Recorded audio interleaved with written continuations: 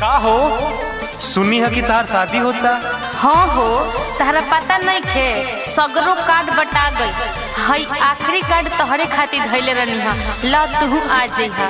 अच्छा तो हम काहे खातिर आई तारा दुल्हा के देखे? अरे ना हो, गांव के त तू भाइये नु लगबा, आ जइहा तू ही तिलक चढ़ा दीहा। अरे पगला गल बड़ू, हम तिलक चढ़ाए ई दिन देखे से पहले हम अपने आप के गोली मार लिया। यही से लोग कहेला कि गांव में प्यार ना कर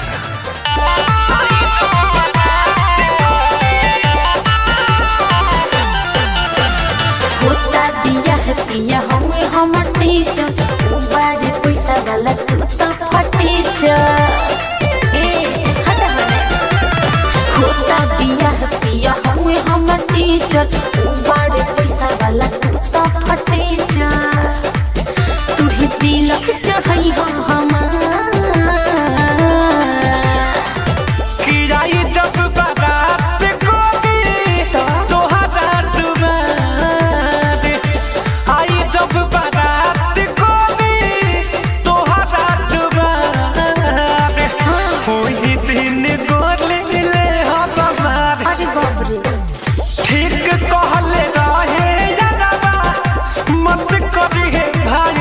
अपना गाँव में प्यार। काहे न समझ गईला हो?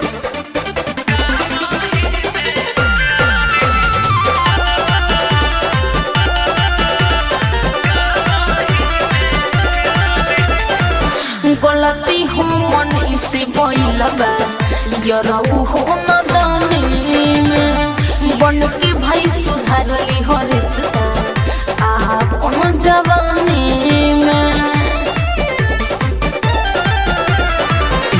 करे के रहे काहे पता ना रहे रिश्ता सुधारे के कहता काहे हनीमून मनावा ज्यादा बदला तू अपन विचार।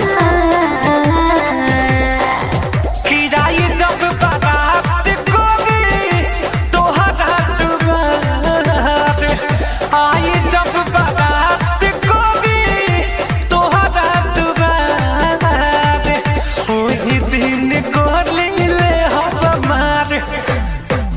ठीक कहले रहे मत करी है भाई अपना गाँव में प्यार।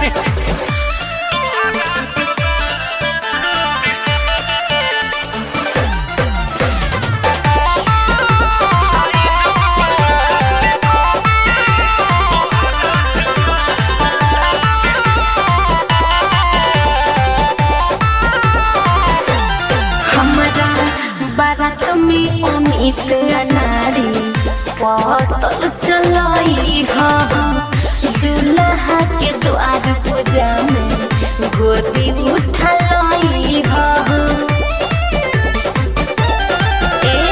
सुना ये पर राहुल रसिक से एक बात बता दे हम। बाबे पर्सनल वीडियो तो हर प्रोजेक्टर पे चला दे हम। दिलवा में कचरा तोहार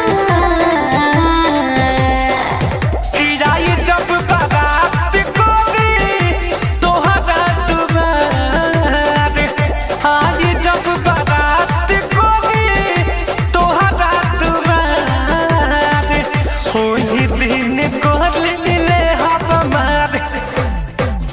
ठीक कहले रहे मत करे भाई अपना गाँव में प्यार।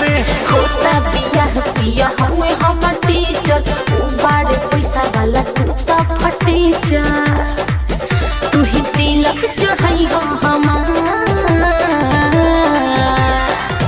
किराए जब बारात कोगी तोहरा दुआर आई जब बारात कोगी तोहरा दुआर ओही दिन गोली ले हम मार। अरे बाप रे, ठीक कहले रहे मत करी है भाई अपना